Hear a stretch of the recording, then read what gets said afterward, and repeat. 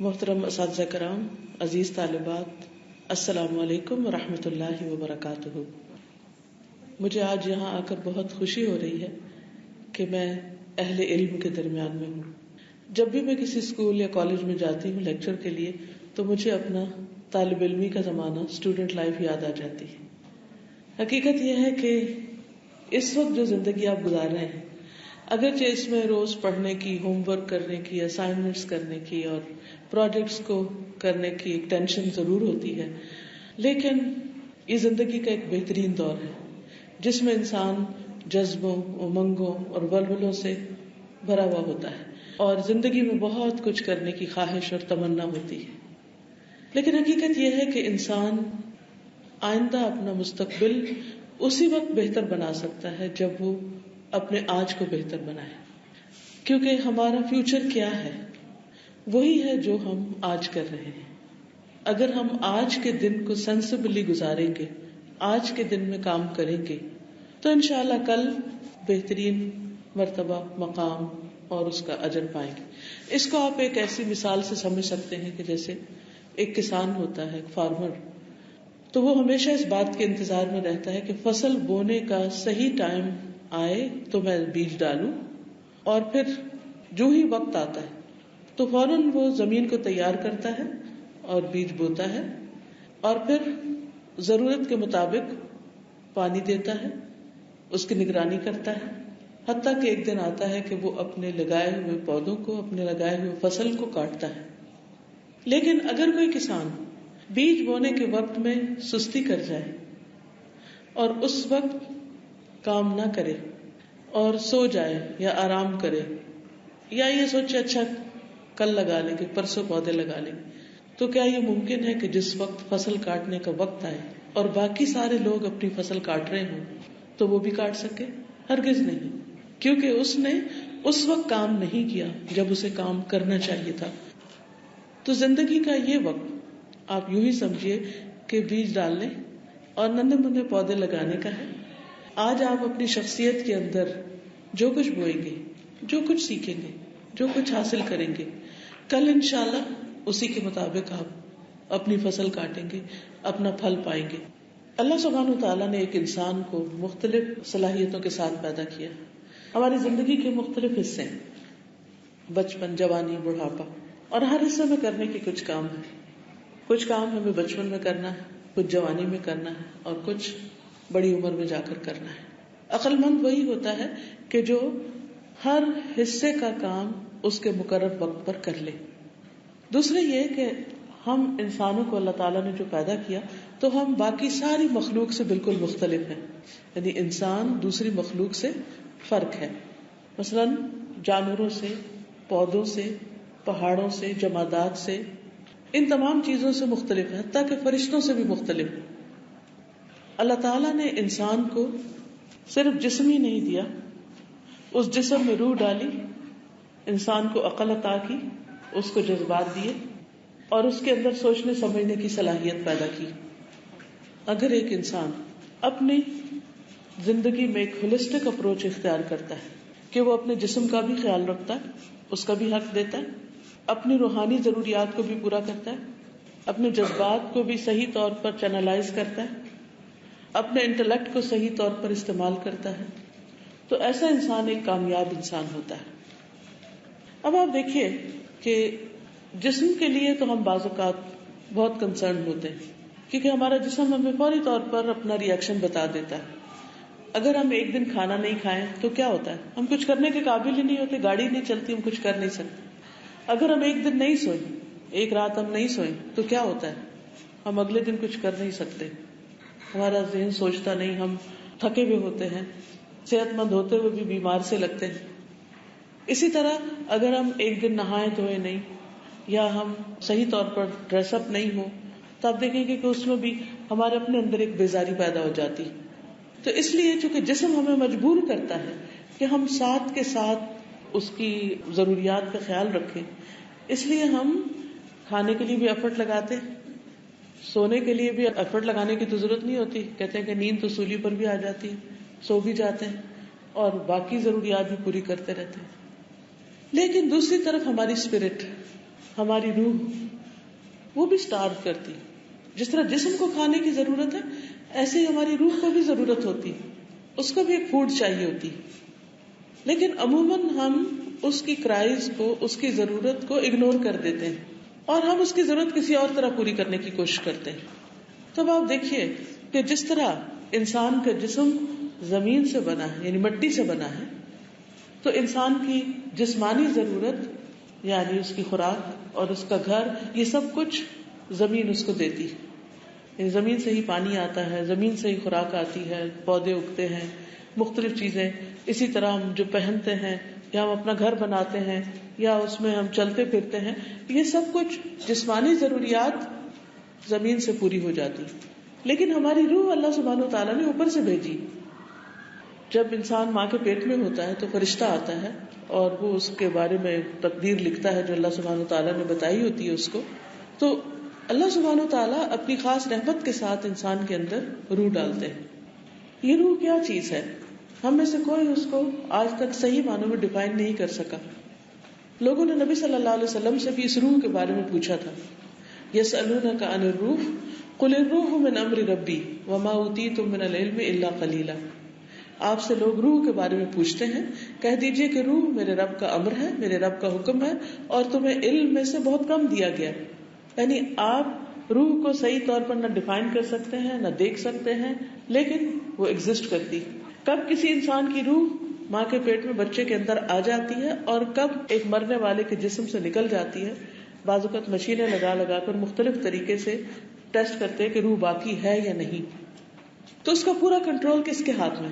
اللہ سبحانہ وتعالیٰ کے ہاتھ میں. لیکن اگر وہ روح ہمارے اندر نہیں رہتی تو ہمارا جسم ایک لاشا بن جاتا ہے, انسان نہیں رہتا, بس وہ پھر کچھ گوشت پوست کا ڈھیر رہ جاتا ہے جو روٹن ہو جاتا ہے تھوڑی دیر کے بعد. تو یہ روح بہت قیمتی چیز ہے, اس کو اگنور نہیں کیا جا سکتا. لیکن اس روح کی ترقی کے لیے, اس روح کو خوبصورت بنانے کے لیے ضروری ہے کہ ہم اس کو بھی پوری غذا دیں. اور یہ غذا کہاں سے ملتی؟ یہ غذا کہاں سے آتی؟ یہ غذا اللہ تعالیٰ نے آسمان سے بھیجی. تو جس طرح جسمانی ضروریات زمین سے آتی ہیں, زمین سے پوری ہوتی ہیں, ایسے ہی روحانی ضروریات آسمان سے پوری ہوتی ہیں. اس کے لیے آسمانی غذا آتی ہے, اور وہ کس شکل میں آئی ہے؟ قرآن مجید کی شکل میں, کہ اللہ سبحانہ وتعالیٰ نے نبی صلی اللہ علیہ وسلم پر روح الامین جبریل امین کے ذریعے اپنی کتاب نازل کی اور اس میں ہمارے لیے ہدایت کا سامان رکھا. اسی لیے کتاب کے شروع میں اللہ تعالیٰ فرماتے ہیں ذالک الکتاب لا ریب فیہ ھدی للمتقین. یہ کتاب جس میں کوئی شک ہے ہی نہیں, یہ اللہ سے ڈرنے والوں کے لیے ہدایت ہے. یعنی جو لوگ اس بات کی فکر کرتے ہیں کہ ہمیں اپنے رب کا حق ادا کرنا ہے, کیونکہ سب کچھ تو اسی نے دیا. ذرا سوچئے تھوڑی دیر کے لیے, کیا ہمارے پاس کوئی چیز ایسی ہے جو کسی اور کی دی ہوئی ہو اور وہ اللہ تعالیٰ کی دی ہوئی نہ ہو؟ اگر بندوں سے بھی ہمیں کچھ ملتا ہے تو اصل سورس تو اللہ تعالیٰ ہی ہے. حقیقت میں تو وہیں سے آتا ہے سب کچھ, کیونکہ آسمان کس نے بنایا, زمین کس نے بنائی, اس کے اندر سب کچھ کس نے اگایا, رزق کا سامان کون کرتا ہے, ایون ہمارے ماں باپ کو کس نے بنایا, یا کوئی اور اگر ہمیں کوئی کچھ بھی اپنے رشتے داروں میں سے, دوستوں میں سے کوئی کچھ دیتا ہے تو وہ کہاں سے لیتا ہے؟ وہ بھی تو اللہ تعالیٰ سے ہی لیتا ہے. تو اصل سورس تو ہر چیز کا اللہ سبحانہ وتعالیٰ ہی کی ذات ہے. تو اس رب نے ہمیں اپنی عبادت کے لیے پیدا کیا اور ہم سے کیا چاہا کہ ہم اس زمین پر رہتے ہوئے اس کی نعمتیں استعمال کریں, لیکن ہم اس کے وفادار بندے بن کر رہیں, اور وحی کے ذریعے قرآن مجید میں جو کچھ بھی ہمیں بھیجا ہے اس کو پڑھیں, سمجھیں, اس میں غور و فکر کریں اور اپنی زندگی کو اس کے مطابق کریں. جو شخص یہ کرے گا اس کی روح مطمئن رہے گی, اس کی روح خوش رہے گی, اس کی روح طاقتور ہوگی, اس کی روح اس کو بے چین نہیں کرے گی. لیکن جو شخص صرف جسمانی ضروریات کو, صرف مادی ضروریات کو پورا کرتا ہے اور صرف سارا دن انہی کے پیچھے بھاگتا رہتا ہے اور اپنی روح کی ضرورت کو اگنور کر دیتا ہے, وہ کبھی بھی خوش نہیں رہ سکتا. اسی لیے آپ دیکھیں کہ آج دنیا میں جسمانی بیماریوں سے کہیں زیادہ روحانی بیماریاں ہیں. ہر دوسرا شخص ڈپریشن کا مریض ہے, ہر دوسرا شخص غمگین ہے, اداس ہے, پریشان ہے. بے چین ہے، سب کچھ ہوتے ہوئے بھی، اچھا لباس ہوتے ہوئے بھی، اچھا گھر ہوتے ہوئے بھی، بہن بھائی رشتے دار سب کچھ ہوتے ہوئے بھی خوشیاں بہت تھوڑی دیر کے لیے ہوتی ہیں، لیکن باقی زیادہ وقت عموماً انسانوں کا بے چینی اور پریشانی میں گزرتا ہے. آج آپ کسی سے بھی ملاقات کر کے دیکھیے، کسی سے بھی پوچھ کر دیکھیے، سروے کر کے دیکھ لیجیے کہ کتنے لوگ ہر وقت خوش رہتے ہیں، کتنے لوگ اپنی زندگی سے مطمئن ہیں، کتنے لوگوں کے پاس کوئی پریشانی نہ ہو. جو انسان بڑا ہوتا چلا جاتا ہے اس کی پریشانیاں بھی بڑی ہوتی چلی جاتی ہیں. وہ لوگ جو اللہ سبحانہ وتعالیٰ کو مانتے نہیں، جانتے نہیں، پہچانتے نہیں، وہ تو پریشان ہو تو کچھ سمجھ میں بھی آتا ہے. لیکن بہت حیرت ہوتی ہے کہ بعض اوقات وہ لوگ جو کہتے ہیں کہ اللہ میرا رب ہے، جو کہتے ہیں کہ میں مسلمان ہوں، جو کہتے ہیں کہ اسلام میرا دین ہے، وہ بھی بعض اوقات بہت پریشان نظر آتے ہیں. بعض اوقات ان کے اندر بھی بہت سی ایسی بیماریاں جنم لے لیتی. تو ایسا کیوں ہوتا ہے؟ اس کی وجہ یہ ہوتی ہے کہ ہم اپنی روحانی ضروریات کو پورا کرنے کی طرف توجہ نہیں دیتے. کتنے ہی لوگ ایسے ہیں کہ دن کا آغاز اللہ کی نافرمانی سے کرتے ہیں. کیسے؟ فجر کی نماز ہی نہیں پڑھتے اور مزے سے اٹھ کے کہہ دیتے اوہ میری آنکھ نہیں کھلی، اور پھر انہیں بعض اوقات کوئی رنج، افسوس اور غم بھی نہیں ہوتا. اس کا نقصان کیا ہوتا ہے؟ اس کا نتیجہ کیا ہوتا ہے کہ جب ہم دن کا آغاز اس طریقے پر کرتے ہیں کہ اللہ تعالیٰ کی ناراضگی کو مول لیتے ہیں اور شیطان کو خوش کر کے، تو ہماری روح کبھی بھی خوش نہیں ہو سکتی. ہم اپنے آپ کو بہلاتے رہتے ہیں، کوئی میوزک سن کے بہلاتا ہے، کوئی اچھا کھانا کھا کے اپنے آپ کو بہلاتا ہے، کوئی کہیں اور چیزوں کے ذریعے کچھ اور اس نے خوشی کے لیے اپنے سامان کر رکھے ہیں. لیکن حقیقت یہ ہے کہ انسان خوش ہو ہی نہیں سکتا جب تک کہ وہ کام نہ کرے جس کے کرنے کے لیے اللہ نے اس کو پیدا کیا. We are designed to worship اللہ سبحانہ وتعالی. کبھی آپ نے سوچا کہ ہمارے جسم کے اندر یہ فلیکسیبلٹی کیوں ہے، یہ لچک کیوں ہے کہ ہم سیدھے بھی کھڑے ہو سکتے ہیں اور ہم رکوع میں بھی جا سکتے ہیں اور ہم نیچے سجدے میں بھی جا سکتے ہیں اور پھر واپس اٹھ کے بیٹھ بھی سکتے ہیں زمین پر اور کھڑے ہو سکتے ہیں. جانوروں میں سے آپ دیکھیے کتنے جانور یہ سب کر سکتے ہیں. گھوڑے کو دیکھیے، اونٹ کو دیکھیے، ہاتھی کو دیکھیے، گائے بھینس کو، بکری کو دیکھیے، پرندوں کو دیکھیے، یا وہ کھڑے یا وہ پیٹ کے بل چلنے والے جانور ہیں جیسے سانپ، بچھو وغیرہ، یا وہ پانی کے اندر تیر سکتے ہیں صرف، یا کچھ اڑ سکتے ہیں. لیکن وہ ہماری طرح ان ساری پوزیشنز پر نہیں آ سکتے. کیوں؟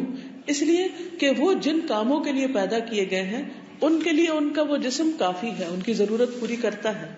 لیکن ہمیں صرف کھانے پینے، بھاگنے دوڑنے اور انجوائے کرنے کے لیے نہیں بھیجا گیا، ہمیں اللہ تعالیٰ نے اپنی عبادت کے لیے بھیجا ہے. اللہ تعالیٰ فرماتے ہیں وَمَا خَلَقْتُ الْجِنَّ وَالْإِنسَ إِلَّا لِيَعْبُدُونَ، کہ میں نے جن و انس کو اپنی عبادت کے لیے پیدا کیا. اور عبادت میں سب سے پہلی عبادت جو انسان پر فرض ہوتی ہے وہ نماز ہوتی، اور پھر اس عبادت کے ادا کرنے کے لیے انسان کو پرفیکٹ جسم دیا گیا کہ وہ اس کو استعمال کرے. اور اس سے نہ صرف یہ کہ انسان کی روحانی صحت ہوتی ہے بلکہ اس کی جسمانی صحت بھی ہوتی ہے اگر وہ صحیح طور پر نماز ادا کرنے والا ہے. پھر اسی طرح ہم دیکھتے ہیں کہ اللہ تعالیٰ نے جہاں ہمیں ایک طرف کھانے پینے کی بہت سی نعمتیں دی، وہاں ہم سے کیا چاہا کہ ہم کچھ عرصے کے لیے سال میں دن کے مخصوص حصوں میں کھانا پینا بند کر دیں. لیکن کتنے ہی لوگ ہیں جو امتحان کا بہانہ کر کے اور کبھی کسی بیماری کا بہانہ کر کے روزے نہیں رکھتے. بہت سے لوگ ہیں جن کو اللہ تعالیٰ نے استطاعت دے رکھی ہے لیکن وہ حج کرنے کا نہیں سوچتے. کتنے ہی لوگ ایسے ہیں کہ جن کو اللہ نے بہت مال و دولت سے نوازا ہے لیکن وہ پوری زکوٰۃ نہیں نکالتے کیونکہ انہوں نے سیکھا ہی نہیں کہ زکوٰۃ دیتے کیسے، ان کے مال پر کتنی زکوٰۃ عائد ہوتی. تو اللہ تعالیٰ نے ہمیں ایک مخصوص وقت کے لیے، اگر آپ امیجن کریں حضرت آدم علیہ السلام سے لے کر اب تک کا پیریڈ آف ٹائم، اور پھر اس زمین پر مختلف حصوں میں بسنے والے، مختلف ملکوں میں رہنے والے لوگ، تو آپ دیکھیں گے کہ اس دنیا میں لوگ آ رہے ہیں اور جا رہے ہیں، اور سب ایک بس مخصوص وقت کے لیے آتے ہیں، ہمیشہ کے لیے کوئی بھی نہیں آتا. نوح علیہ السلام کی عمر اگر 1000 سال کے لگ بھگ تھی تو وہ بھی دنیا سے چلے گئے، اور اسی طرح باقی پیغمبر جو نیک سے نیک لوگ تھے، یا پھر باقی تمام لوگ جو اچھے ہیں یا برے ہیں، ہر ایک کو اللہ تعالیٰ نے ایک مخصوص ٹائم دیا. اس کو آپ اس مثال سے بھی سمجھ سکتے ہیں، جیسے اسکول ہے، کب بنا تھا یہ اسکول؟ کس سال میں؟ 1950s میں. چلیے اگر ہم کہتے ہیں کہ 1950 میں یہ اسکول بنا تھا اور آج 2013 ہے, آلموسٹ 60 ایئرس, 50-60 ایئرس ہو گئے. کیا وہ لوگ جو اسکول میں سب سے پہلے بیچ میں آئے تھے آج وہ یہاں ہیں؟ کوئی بھی نہیں ہم میں سے. وہ کہاں ہیں؟ کچھ پتا؟ کچھ پتا نہیں. ہو سکتا ہے کہ جنہوں نے بہت کوئی ریمارکیبل کام کیا ہو, اکا دکا کچھ لوگوں کے نام شاید کہیں تصویریں وغیرہ لگی ہوئی ہو, ہسٹری میں ہو, ریکارڈ میں ہو, یا کوئی اٹینڈنس رجسٹرز ہو ان میں کچھ نام لکھے ہوئے ہوں, لیکن وہ کہاں ہیں کچھ پتا نہیں. وہ آئے آپ کی طرح یہاں, انہوں نے پڑھا, اور جب ان کا کام مکمل ہو گیا وہ یہاں سے چلے گئے. اسی طرح آج آپ موجود ہیں یہاں. آج سے آگے 50 سال کے بعد کیا آپ یہاں ہوں گے؟ نہیں. پھر کچھ اور لوگ ہوں گے, پھر کچھ اور لوگ ہوں گے. یہی حال دنیا کا ہے. آدم علیہ السلام کے زمانے سے لے کر آج تک لوگ آ رہے ہیں ایک وقت مقرر کے لیے, ان کا جو ٹائم پیریڈ پورا ہو جاتا ہے تو وہ دنیا سے چلے جاتے ہیں. اب آپ دیکھیے کہ جب آپ اسکول میں آتے ہیں تو جو بچے آ کر یہاں پر صحیح طور پر پڑھتے ہیں, کیونکہ اسکول میں آنے کا مقصد کیا ہے کہ پڑھا جائے, اچھی طرح سیکھا جائے, اچھے نمبروں سے آپ پاس ہوں, اور پھر یہاں سے اگلی ڈگری کے لیے کالج وغیرہ میں جائیں, یونیورسٹیز میں جائیں اور کام کریں. لیکن اگر کوئی بچی اسکول کے اس ٹائم کو صحیح طور پر نہیں گزارتی, وہ سب کچھ کرتی ہے لیکن پڑھتی نہیں, وہ کپڑے بھی بہت اچھے پہنتی ہے, وہ روز آتی ہے, اس نے کبھی چھٹی بھی نہیں کی, لیکن اس نے پڑھا کبھی کچھ نہیں, نہ کبھی ہوم ورک کیا, نہ امتحان پاس کیا, نہ کچھ, تو کیا ہوتا ہے؟ 1 سال کے لیے اس کو دوبارہ رکھ لیتے ہیں, 2 سال کے لیے, پھر اس کے بعد آخر کیا کرتے ہیں؟ اس کو ڈسکوالیفائی کر دیتے, نکال دیتے ہیں کہ یہ یہاں رہنے کا مقصد پورا نہیں کر رہے. یہ اسکول پڑھنے کے لیے بنا ہے تو یہاں وہی رہ سکتا ہے جو پڑھے گا. اسی طرح اللہ سبحانہ وتعالیٰ نے اس دنیا میں انسانوں کو بھیجا اپنی عبادت کے لیے کہ لوگ میری مرضی کے مطابق اس دنیا میں رہیں.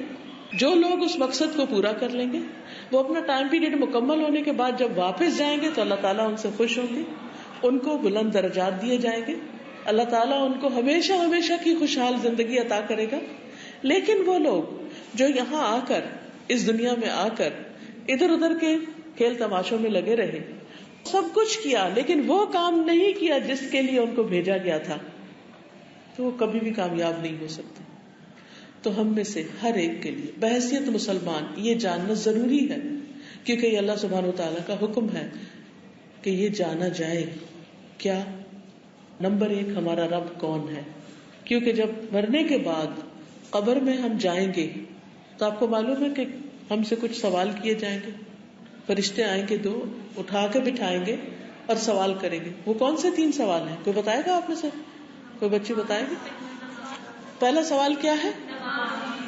نہیں, نماز کے بعد من ربک, تمہارا رب کون ہے. پہلا سوال. اللہ سبحانہ وتعالیٰ ہم سے کیا چاہتے ہیں اس دنیا میں؟ قرآن مجید میں آتا ہے فَاعْلَمْ أَنَّهُ لَا إِلَهَ إِلَّا هُوَ, علم حاصل کرو, جان لو, معلوم کرو کہ اللہ کے سوا کوئی الہ نہیں. تو جو شخص دنیا میں رہ کر اپنے رب کو پہچانے گا, جانے گا, وہ وہاں آرام سے جواب دے دے گا کہ میرا رب اللہ ہے.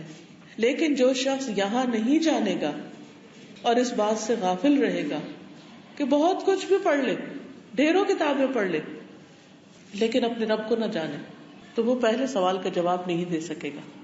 قبر میں 3 سوال کیے جائیں گے. جو شخص تینوں کے جواب صحیح دے گا تو فرشتے اس سے پوچھیں گے کہ تمہیں یہ کہاں سے پتا چلا, how did you know that.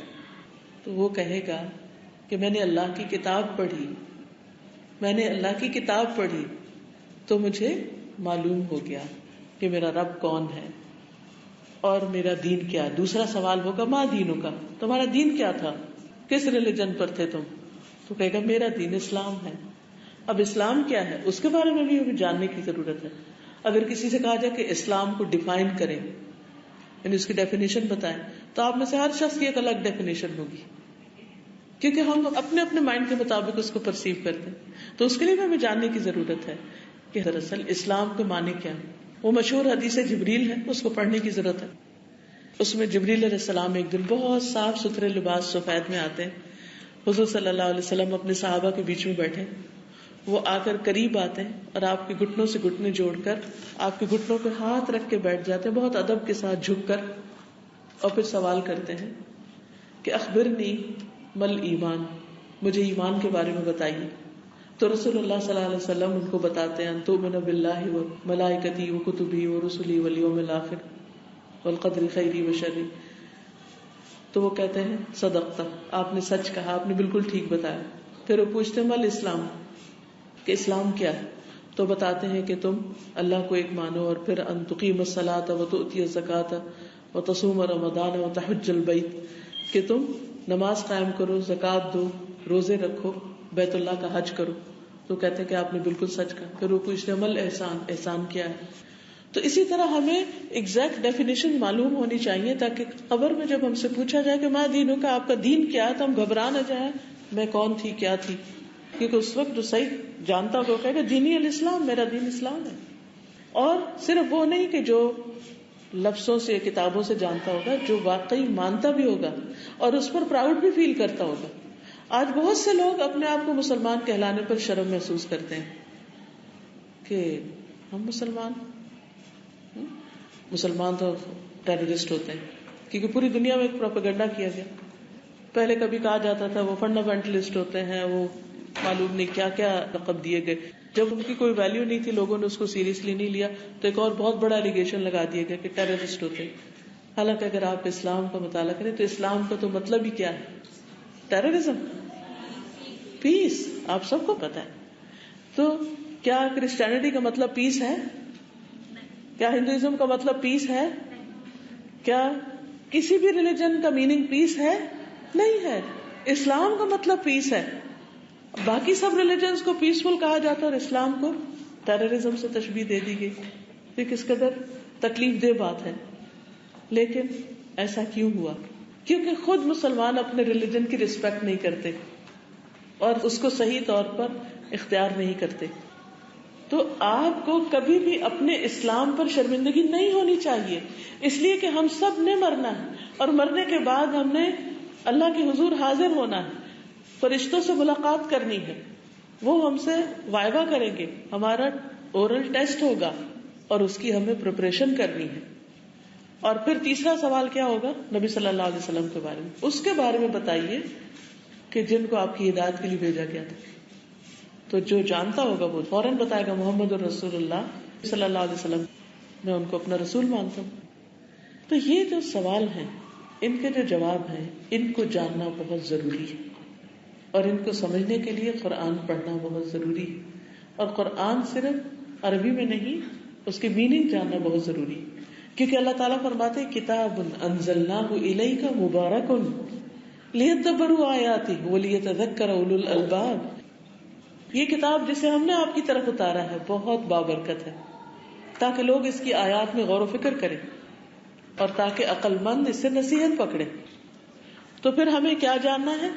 فَاعْلَمْ أَنَّهُ لَا إِلَهَ إِلَّا هُوَ, اللہ تعالیٰ کو جاننا, اس کی صفات کو جاننا, اس کی توحید کو جاننا, اپنے دین کو جاننا, اللہ کے رب ہونے کو جاننا. کیونکہ وہ پوچھیں گے من ربو کا, تو آپ نے سب کو بتایا تھا کہ رب کا مطلب کیا ہوتا ہے. کیونکہ جو قبر میں جواب دے گا وہ کہے گا کہ میں نے قرآن میں یہ پڑھا تھا, حدیث میں پڑھا تھا. اور جو جواب نہیں دے پائے گا وہ کہے گا ہاں لا ادری لا ادری, مجھے نہیں پتا, مجھے نہیں پتا, کیونکہ میں نے وہی کہا جو لوگ کہتے تھے. یاد رکھیے یہ دو مختلف آنسرز ہوں گے دو لوگوں کے. ایک سارے آنسرز ٹھیک دے گا, صحیح جواب دے گا, ٹک ٹک ٹک پاس. اور دوسرا کہے گا مجھے نہیں پتا, مجھے نہیں پتا, I don't know, I don't know, I don't know. دنیا میں بھی اگر کوئی اپنے پیپر میں یہ لکھ دے ہر سوال کے آگے آئی ڈونٹ نو, آئی ڈونٹ نو, تو پھر کیا نتیجہ نکلے گا؟ اس کو کیا ریزلٹ ایکسپیکٹ کرنا چاہیے؟ پھر تو اسی طرح وہ قبر میں جو منافق ہوگا وہ کہے گا مجھے نہیں پتا, لوگ کہتے تھے میں بھی کہہ دیتا تھا. تو پیاری بچیوں, ہم نے یہ نہیں کرنا کہ جو لوگ کہتے ہیں ہم بھی کہہ دیں, جو ہمارے ماں باپ کہتے ہیں ہم کہہ دیں, جو ہمارے بہن بھائی کہتے ہیں ہم کہہ دیں, لوگوں سے سنا, ٹی وی پہ سنا, اخبار میں پڑھا, کسی کتاب میں پڑھ لیا. نہیں, اس کو خود اچھی طرح پڑھنا ہے. الحمدللہ آپ ایک مسلمان ملک میں ہیں, آپ اسلامیات پڑھتے ہیں, بہت سی چیزوں کو جانتے ہیں, لیکن علم کا یہ سفر صرف اسلامیات کی کتاب پڑھنے تک نہیں رہنا چاہیے. آپ اپنے ساتھ ایک وعدہ کریں کہ میں مرنے سے پہلے اللہ کی کتاب کو ضرور سمجھوں گی، کیونکہ اللہ تعالیٰ نے بھیجی اس لیے. کہیں نہیں آتا کہ یہ کتاب ہم نے اس لیے بھیجی کہ آپ اس کو حفظ کر لیں، اس کو رٹ لیں. ٹھیک ہے، حدیث میں ہمیں اس کا ثواب پتہ چلتا ہے کہ جو اپنے سینے میں محفوظ کرے گا اس کو قیامت کے دن بہت بلند مقام ملے گا. اسے کہا جائے گا پڑھتے جاؤ اور اوپر چڑھتے جاؤ، اور تمہاری منزل وہ ہے جہاں تم آخری آیت ختم کرو گے. بہت بلند مرتبہ ہوگا اس کا. لیکن قرآن مجید کے بھیجے جانے کا، اس کتاب کے بھیجے جانے کا اصل مقصد یہ کہ لوگ اس میں غور و فکر کریں، اس کو پڑھیں، اس کو سمجھیں، اس کی ڈیپتھ میں جائیں اور اس کے مطابق عمل کریں. تو ہمیں کیا کرنا ہے؟ اللہ تعالیٰ کو جاننا ہے، اس کی کتاب کو جاننا ہے، پڑھے لکھے مسلمان بننا ہے. صرف روایتی نہیں، صرف ٹریڈیشنل نہیں، صرف سنے سنائے نہیں. اور پھر اس پر ہمیں پراؤڈ فیل کرنا ہے اور اس پر اللہ کا شکر ادا کرنا ہے. پراؤڈ فیل کرنے کا مطلب یہ نہیں کہ ایروگنس کا شکار ہونا، اس کا مطلب یہ ہے کہ ہمیں اس کی قدر کرنی اور ہمیں اس کے بارے میں ایک اعتماد ہونا چاہیے، ایک کانفیڈینس ہونا چاہیے کہ جس دین کو میں نے اختیار کیا وہ اس زمین پر اللہ کا سب سے خوبصورت دین، کیونکہ وہ اللہ تعالیٰ کو پسند ہے. اللہ تعالیٰ فرماتے ہیں ان الدین عند اللہ الاسلام، کہ بے شک دین اللہ کے نزدیک بس اسلام ہے. دوسری جگہ پر آتا ہے وَمَن يَبْتَغِ غَيْرَ الْإِسْلَامِ دِينًا فَلَن يُقْبَلَ مِنْهُ وَهُوَ فِي الْآخِرَةِ مِنَ الْخَاسِرِينَ. اور جو اسلام کے علاوہ کوئی اور دین چاہے گا وہ اس سے قبول ہی نہیں کیا جائے گا، اللہ تعالیٰ ایکسپٹ ہی نہیں کرے گا، کیونکہ وہ اللہ تعالیٰ کا پرسکرائبڈ ہی نہیں، بھیجا ہوا ہی نہیں. وَهُوَ فِي الْآخِرَةِ مِنَ الْخَاسِرِينَ، اور وہ آخرت میں نقصان اٹھانے والوں میں سے ہوگا. تو ہمیں جیسے اسکول کی مثال سے میں نے آپ کو سمجھایا کہ آپ صرف چند سال کے لیے یہاں ہیں، پھر یہاں سے آپ چلے جائیں گے. اسی طرح اس دنیا میں بھی چند سال کے لیے، پھر یہاں سے ہم سب چلے جائیں گے. وہ ہوتا اصل میں اتنا گریجولی، اتنا سلولی ہے کہ ہمیں پتہ بھی نہیں چلتا، اور ایک دن یکا یک موت آ پہنچتی ہے اور ہمیں زمین کے اوپر سے اٹھا کر زمین کے اندر ڈال دیا جاتا ہے اور دنیا ہی بدل جاتی. یہ دنیا ختم ہو گئی، ایک نئی دنیا شروع ہو گئی، اور اصل دنیا تو وہی دنیا ہے. قرآن مجید میں اللہ تعالیٰ فرماتے ہیں وَإِنَّ الدَّارَ الْآخِرَةَ لَهِيَ الْحَيَوَانُ لَوْ كَانُوا يَعْلَمُونَ. بے شک آخرت کا گھر وہی اصل زندگی ہے، کاش وہ جانتے ہوتے، کاش انہیں پتا ہوتا کہ اصل زندگی کیا ہے. اور وہ زندگی ہے جو کبھی ختم نہیں ہوگی، کبھی بھی. تو عقل مند کون ہے جو آج کے چند سالوں کے لیے صرف کام کرے یا ہمیشہ کی زندگی کے لیے؟ عقل مند وہی ہے جو ہمیشہ کی زندگی کو سامنے رکھ کر تیاری کرے. اور اس کے لیے ضروری ہے کہ ہم سنی سنائی باتوں پر نہیں، خود پڑھ کر، سمجھ کر، غور و فکر کر کے اپنے لیے زندگی کا راستہ اختیار کریں. تو اللہ سبحانہ وتعالیٰ سے دعا ہے کہ اللہ تعالیٰ ہمیں ایسا کرنے کی توفیق عطا فرمائے. اب تھوڑے سے میں کچھ سوالوں کے جواب آپ کے ساتھ کروں گی، کچھ ڈسکشنز. تو جو کچھ میں نے ابھی تک کہا ہے، اگر اس سے کوئی کنفیوژن آپ کو پیدا ہو گئی ہو، کوئی بات سمجھ میں نہ آئی ہو، یا کچھ آپ اور پوچھنا چاہتے ہو تو یو آر موسٹ ویلکم. اچھا چلیے میں آپ سے سوال کرتی ہوں، اگر آپ نہیں کرتے تو میں کرتی ہوں. مجھے رب کا میننگ بتائیے. واٹ از رب؟ رب کس کو کہتے ہیں؟ ہاتھ کھڑا کیجیے اور بتائیے. شاباش. غلط بھی ہوگا تو شاباش، ویری گڈ. اور شاباش. رب کون ہوتا ہے؟ کیونکہ یہ سوال کیا جائے گا نا ہم سے خبر میں. جی بیٹا. پیدا کرنے والا، پالنے والا. Very good. اور زندگی اور موت کا مالک. اوکے. سب سے پہلے رب وہ ہے جو خالق ہے. جو پیدا نہ کر سکے وہ رب نہیں ہوتا. تو اللہ سبحانہ و تعالیٰ کے علاوہ کسی اور نے تو ہمیں نہیں پیدا کیا. صرف ہمیں نہیں، ہر چیز کو. من رب السماوات والارض، آسمان اور زمین کا رب کون ہے؟ صرف ہمارا نہیں، رب السماوات والارض. تو رب وہ ہے جو خالق ہے، کریٹر ہے، جس نے آسمانوں کو پیدا کیا، جس نے زمین کو پیدا کیا، جس نے زمین کے اوپر جتنی مخلوق ہے اس سب کو پیدا کیا، جس نے صرف پیدا نہیں کیا بلکہ اس کے ساتھ ساتھ اور کیا کر رہا ہے؟ ان سب چیزوں کو سسٹین بھی کر رہا ہے. سسٹینر. اس لیے رب کون ہوتا ہے؟ جو صرف پیدا کر کے چھوڑ نہیں دیتا بلکہ اس کو پالتا بھی ہے، اس کو نرش کرتا ہے اور اس کو بڑھاتا ہے. اسی لیے اگر آپ ڈکشنری میں دیکھیں تو رب کے معنی یہ بھی ملیں گے، وہ جو ذرے سے کمال تک پہنچاتا ہے، یعنی چھوٹے سے بڑا کرتا ہے. مثلاً آپ تھوڑا سا فرق دیکھیے، فیکٹریز میں جو چیزیں بنتی ہیں وہ کیسے بنتی ہیں؟ آپ میں سے کبھی کسی نے کوئی فیکٹری دیکھی؟ کون سی فیکٹری بتائیے، تھوڑا سا بتائیے. شاباش. بسکٹ بن رہے تھے, بسکٹ فیکٹری دیکھی, کیسے بن رہے تھے؟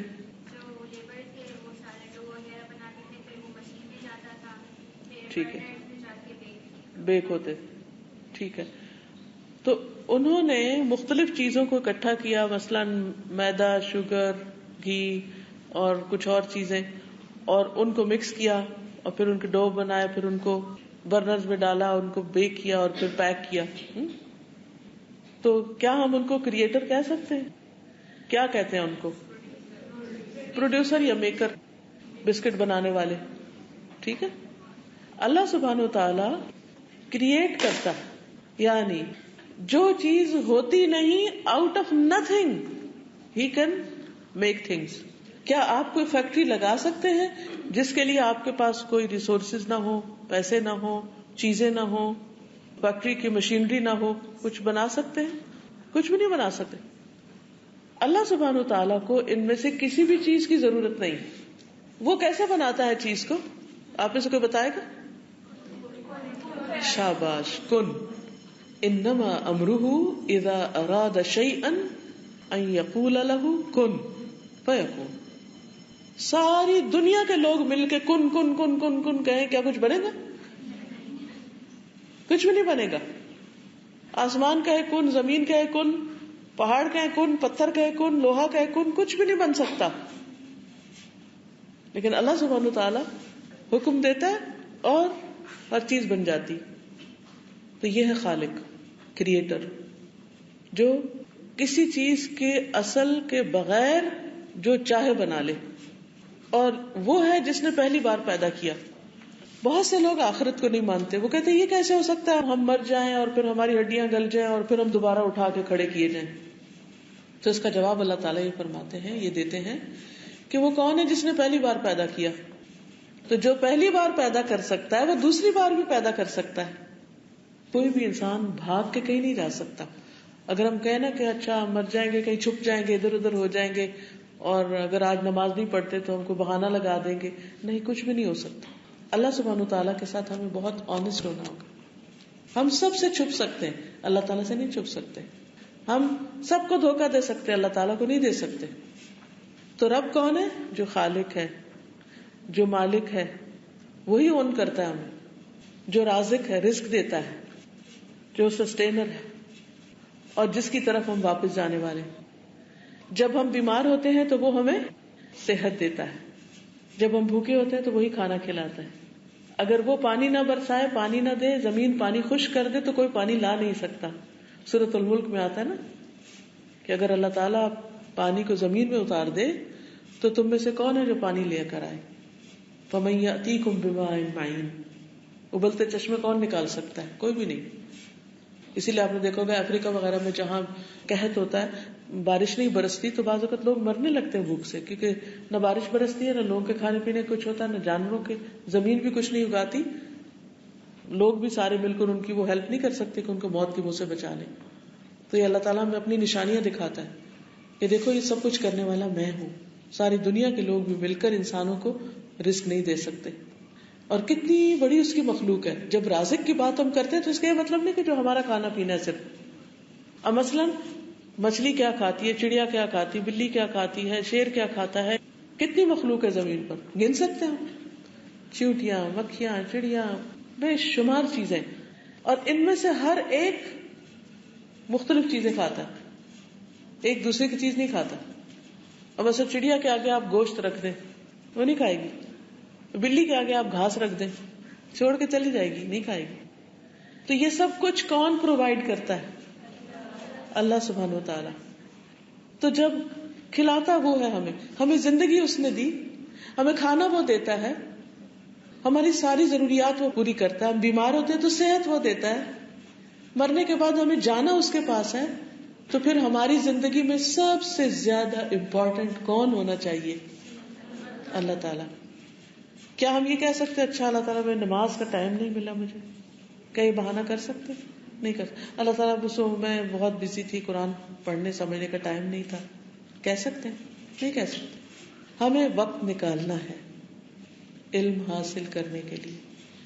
دنیاوی طور پر بھی جو کچھ آپ پڑھیں اس میں بھی آپ ایکسلنس کے لیول پر جائیں, بہترین طور پر پڑھیں, اور جو کچھ قرآن میں لکھا ہے، نبی صلی اللہ علیہ وسلم کی سیرت ہے، سنت، اس کو بھی فار لائف اپنا مشن بنا لیں.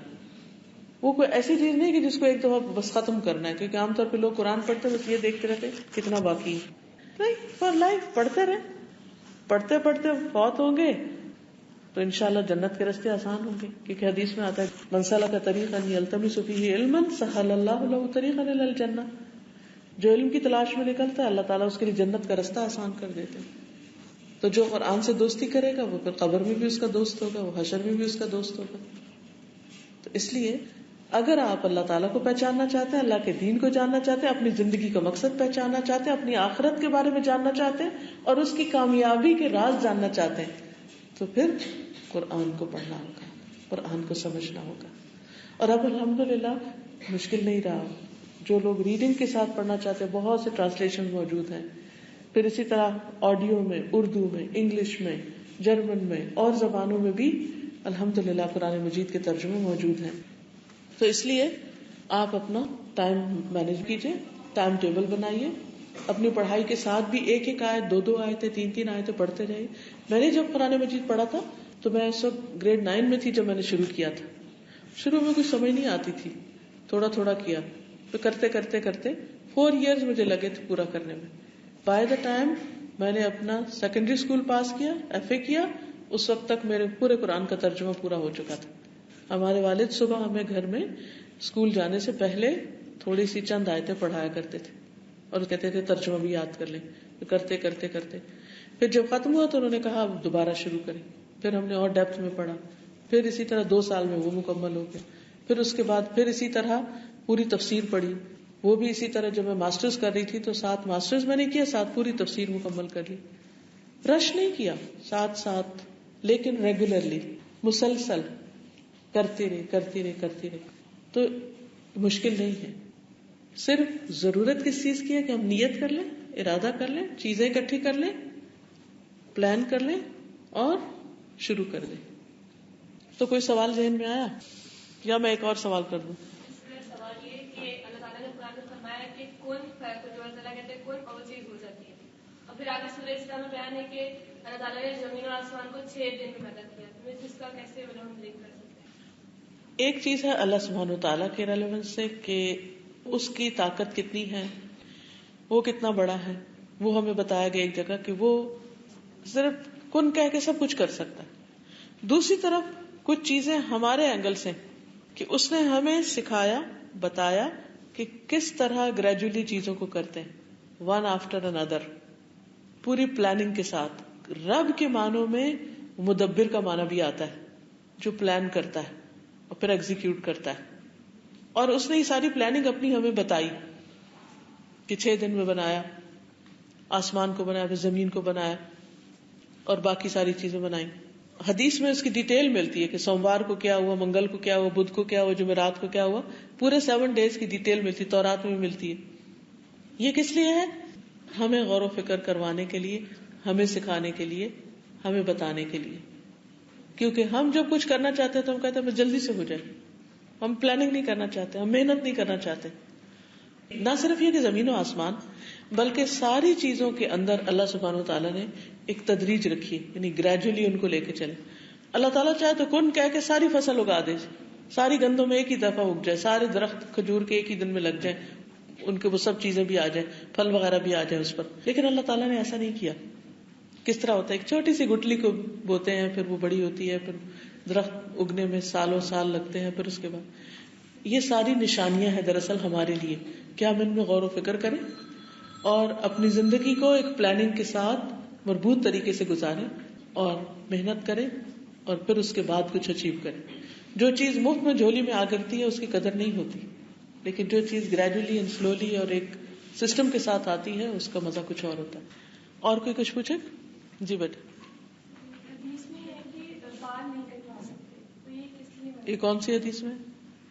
کسی حدیث میں نہیں، کسی حدیث میں نہیں ہے. جی. جو میں فیل کرتی نماز پڑھتے ہوئے وہ کنسنٹریشن نہیں ہو پاتی ہے مجھے، یعنی سم ٹائمز آئی فیل کہ آئی گو اسٹریٹ، مطلب ہر وقت یہ کوشش ہوتی ہے دوبارہ سے کنسنٹریٹ کرتی ہوں، پھر کچھ اور خیالات ایسے جاتے ہیں. اور سم ٹائمز آئی فیل کہ جو میں نے نماز پڑھی ہے پتہ نہیں وہ قبول ہوئی کہ نہیں ہے یا صحیح. اس کا کیا یو آر ویری رائٹ. یہ ایکسپیرینس سب کے ساتھ ہوتا ہے. حقیقت یہ ہے کہ شیطان جو ہمارا دشمن ہے اس نے انسان کو سجدہ کرنے سے انکار کیا تھا.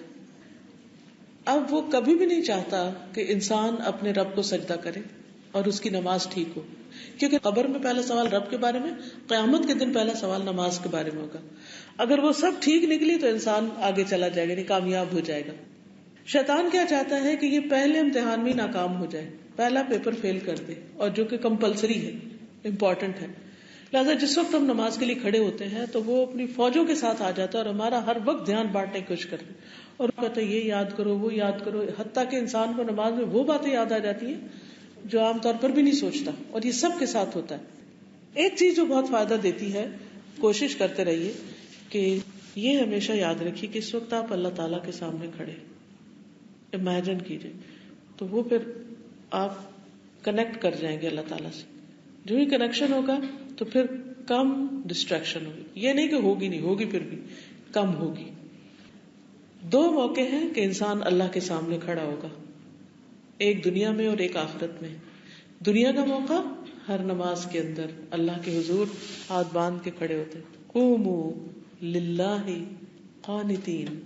قرآن مجید میں آتا نا, قوموا للہ قانتین, اللہ کے سامنے فرما بردار بندے بن کے کھڑے ہو جاؤ. ہر نماز میں ہم ہاتھ باندھ کے فرما برداری کرتے ہوئے کھڑے ہوتے ہیں, لیکن دماغ ہمارا ادھر ادھر بھٹکنے لگتا ہے, وہ فرما برداری نہیں کرتا. تو اس کو فوکس کرنے کے لیے ضروری ہے کہ ہم اپنے آپ کو بار بار یاد دلائیں کہ میں اللہ کے سامنے کھڑی ہوں, اور یہ تیاری ہے قیامت کے دن ملاقات کی, جب میں ایک دفعہ پھر فزیکلی اللہ تعالیٰ کے سامنے کھڑی ہوں گی حساب دینے کے لیے. اگر آج میرا کھڑا ہونا ٹھیک ہوا تو کل کا کھڑا ہونا آسان ہو جائے گا, اور اگر آج میں صحیح طور پہ نہیں کھڑی ہوتی تو کل کا کھڑا ہونا شرمندگی کا باعث ہو سکتا ہے. اور اللہ تعالیٰ سے انسان دعا بھی کرتا رہے اور بار بار اپنے آپ کو سوچے کہ میں اللہ کے سامنے, میں اللہ کے سامنے, میں اللہ کے سامنے, وہ مجھے دیکھ رہا ہے, وہ مجھے دیکھ رہا ہے. تو انشاءاللہ بار بار کے ریمائنڈر سے خود کو خود ریمائنڈر دیں گے تو بہتری آئے گی. آپ بولیے. میرا سوال آپ سے یہ تھا کہ ہم میں سے اکثر لوگ نماز پڑھتے ہیں, اور نماز میں جو ہم سورت یا کلمات وغیرہ پڑھتے ہیں وہ ہم میں سے اکثر کو ان کے معنی نہیں آتے.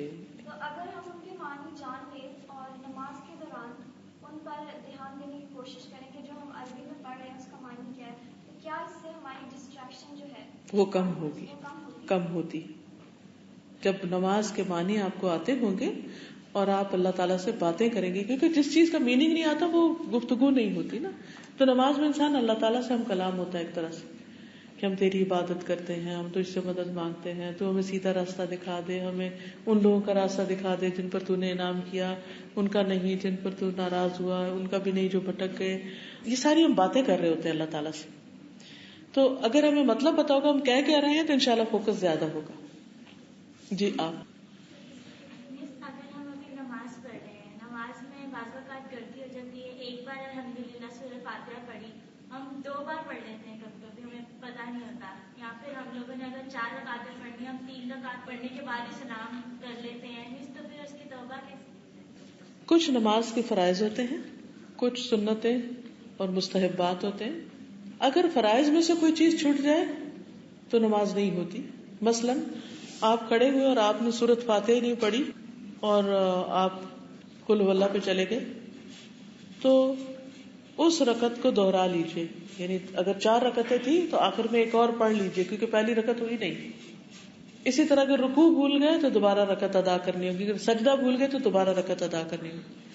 لیکن کچھ چیزیں ایسی ہیں کہ اگر آپ وہ بھول گئے تو اس پر آپ سجدہ سہو کر لیں, ٹھیک ہے نا.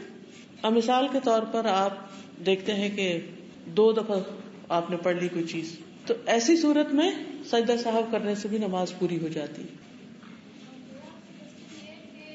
ہم لوگوں نے نہیں پڑھا کہ شب معراج پہ جب حضرت وسلم گئے تھے تو کیا وہ اللہ تعالیٰ کے بالکل روبرو ہوئے تھے, یا کئی روایت میں آئے تھے کہ بیچ میں 7 پڑھنا کا فرق تھا. حقیقی فاصلہ تو کسی کو نہیں معلوم کہ کتنا تھا, لیکن یہ پتا چلتا ہے کہ جبریل بھی وہاں تک نہیں گئے تھے, اور سب سے قریب پہنچ گئے تھے نبی صلی اللہ علیہ وسلم، لیکن فاصلہ ایگزیکٹلی ناپ کے کہیں نہیں بتایا گیا کہ کتنا رہ گیا تھا. اس میں اختلاف ہے، بعض کہتے ہیں دیکھا تھا، بعض کہتے ہیں نہیں دیکھا تھا. تو دونوں صورتوں میں اس چیز کا ہمارے عمل سے چونکہ تعلق نہیں، اس لیے ہمیں بہت زیادہ اس میں بحث مباحثے سے بچنا چاہیے، کیونکہ قرآن مجید میں آتا ہے کہ لا تدرکہ الابصار، نگاہیں اس کو نہیں پا سکتی، یعنی اللہ تعالیٰ کو نہیں دیکھ سکتے دنیا میں.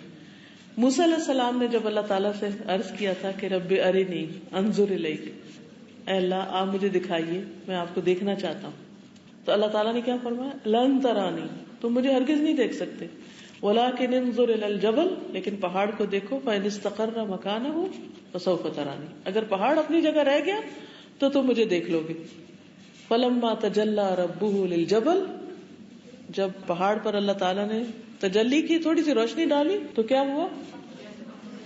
پہاڑ ریزہ ریزہ ہو گیا. وخر موسیٰ صعقا، اور موسیٰ علیہ السلام بے ہوش ہو کے گر گئے. وہ بھی اللہ کے پیغمبر تھے، بڑے مضبوط پیغمبر تھے، نہیں دیکھ سکے اللہ تعالیٰ کو.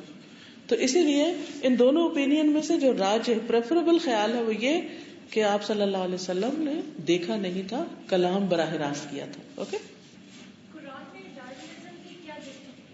ڈارونزم قرآن مجید کے نازل ہونے کے بعد آیا ہے. قرآن مجید ہمیں یہ بتاتا ہے کہ اللہ تعالیٰ نے انسان کو خود پیدا کیا اور انسان کی شکل میں ہی پیدا کیا. سورۃ الاعراف کے شروع میں آتا ہے کہ وَلَقَدْ خَلَقْنَاكُمْ ثُمَّ صَوَّرْنَاكُمْ ثُمَّ قُلْنَا لِلْمَلَائِكَةِ اسْجُدُوا لِآدَمَ، ہم نے تم کو پیدا کیا، ہم نے تمہاری صورت بنائی. اور پھر ایک اور جگہ پر آتا ہے کہ لَقَدْ خَلَقْنَا الْإِنسَانَ فِي، کیا کہا گیا؟ فی احسن تقویم. کیا مطلب ہے اس کا؟ ہم نے انسان کو بہترین شکل میں پیدا کیا، یعنی سارے جانوروں کے مقابلے میں خوبصورت بنا کے پیدا کیا. اس لیے اس تھیوری کی کوئی گنجائش نہیں ملتی یہاں کہ ہم کہیں اور سے ایوالو ہوئے. اللہ نے ہمیں احسن شکل میں پیدا کیا. اگر ایوالو ہوئے تھے تو ابھی آگے بھی ہونا چاہیے تھا نا، کچھ اور بن جانا چاہیے تھا. جی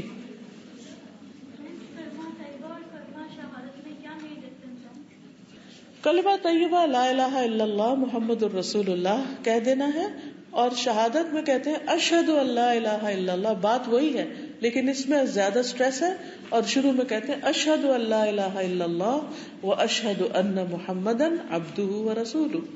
وہاں لا الہ الا اللہ محمد الرسول اللہ ہے، اور یہاں کیا ہے؟ اشہد ان لا الہ الا اللہ واشہد ان محمدا عبدہ ورسولہ. آپ کا کیا خیال ہے؟ آپ کو کیسا لگتا؟ آپ کیا سمجھتی؟ دل سے ہونا چاہیے. آپ کو پتا ہے یہود نے کہا تھا قلوبنا غلف، ہمارے دل پردے میں ہیں. تو اللہ سبحانہ تعالیٰ نے ان پہ لعنت کی تھی. جس کے دل پہ پردہ پڑ جائے وہ تو غافل ہو جاتا ہے، وہ تو جاہل ہوتا ہے. تو دل پہ کوئی پردہ نہیں ہونا چاہیے، پردہ جسم پر باہر ہونا چاہیے. ٹھیک ہے. اور ایک اور بات یہ ہے کہ دین کے معاملے میں ہمیں اپنی رائے، اپنی عقل اور بہت سی ایسی چیزوں کو یہ دیکھنا چاہیے ٹیکسٹ کیا کہتا ہے، اللہ کا حکم کیا ہے، کیونکہ ہم اس کی اطاعت عبادت کے لیے آئے نا. ہم تو یس سر کریں، جیسے کسی کی بات ماننی تھی کہ یس سر، مرضی ہے نہیں ماننی ہے تو سمعنا و اطعنا. صحابہ نے کہا تھا سمعنا و اطعنا، ہم نے سنا، ہم نے مان لیا. اہل کتاب یہود نے کیا کہا تھا؟ سمعنا و عصینا، ہم نے سن تو لیا، مانیں گے نہیں. تو یہ فرق ہے. جہاں تک پردے کا تعلق ہے اس میں یہ ہے کہ ایک عورت اللہ تعالیٰ کے نزدیک بہت قیمتی چیز ہے. اللہ تعالیٰ اس کو پروٹیکٹ کرنا چاہتے ہیں اور اس کو ہر شر سے محفوظ رکھنا چاہتے ہیں. اسی لیے اس کو یہ حکم دیا گیا ہے کہ وہ جب باہر نکلے تو اپنے آپ کو ڈھانک کر نکلے. قرآن مجید میں سورۃ الاحزاب آیت 59 میں اللہ تعالیٰ فرماتے ہیں یا ایھا النبی، اے نبی صلی اللہ علیہ وسلم، قل لازواجک، آپ کہہ دیجیے اپنی بیویوں سے، وہ بناتک، اور اپنی بیٹیوں سے، وہ نساء المومنین، اور ساری مومن عورتوں سے، یدنین علیہن من جلابیبہن، کہ اپنے جلباب جو ہے ان کے اوپر سے لٹکا لیں، یعنی اپنی گھونگھٹ. یا پہلے زمانے میں لوگ کیا کرتے تھے کہ گھونگھٹ لمبا کر لیتے تھے، اور اب بھی آپ نے دیکھا کہ کچھ جگہوں پر لوگ اوپر کا حصہ کچھ اوپر کر لیتے، کچھ نیچے کرتے، کچھ لوگ نقاب کی شکل میں لیتے. تو اصل مقصد کیا ہے کہ انسان اپنے آپ کو فتنے سے بچائے، اور اس میں احسن صورت نقاب ہی کی ہے کہ انسان اپنے چہرے کو غیر مردوں کی نظر سے محفوظ رکھے. اس میں ڈیٹیلز میں جانے کے لیے اگرچہ اس میں اختلاف موجود ہے، لیکن ڈیٹیلز میں جانے کے لیے اگر آپ سننا چاہیں میرا لیکچر پردہ کیوں ضروری ہے، تو اس میں نے پورا ڈیفائن کیا ہوا ہے کہ ایک ہے ہمارے ڈریس جو باڈی کے اوپر ہوتا ہے، قمیص شلوار ہوتی ہے، ایک ہوتا ہے ہمارا گھر سے نکلنے کا ڈریس جسے قرآن نے جلباب کہا ہے، اور پھر جلباب کے علاوہ دوپٹے کا بھی ذکر ہے، اور پھر اس کو لٹکانے کا بھی ذکر ہے. تو یہ ساری ڈیٹیلز اگر آپ میری ویب سائٹ پہ جائیں farhathashmi.com، اس پہ آپ کو میرے سارے لیکچرز مل جائیں گے، اس میں پردے کے اوپر بھی ہے، تو آپ کو پوری ڈیٹیل دلائل ملیں گے کہ کون سا کام کیوں کرنا چاہیے، کیونکہ اس کا میں نے نام ہی رکھا ہے پردہ کیوں کریں.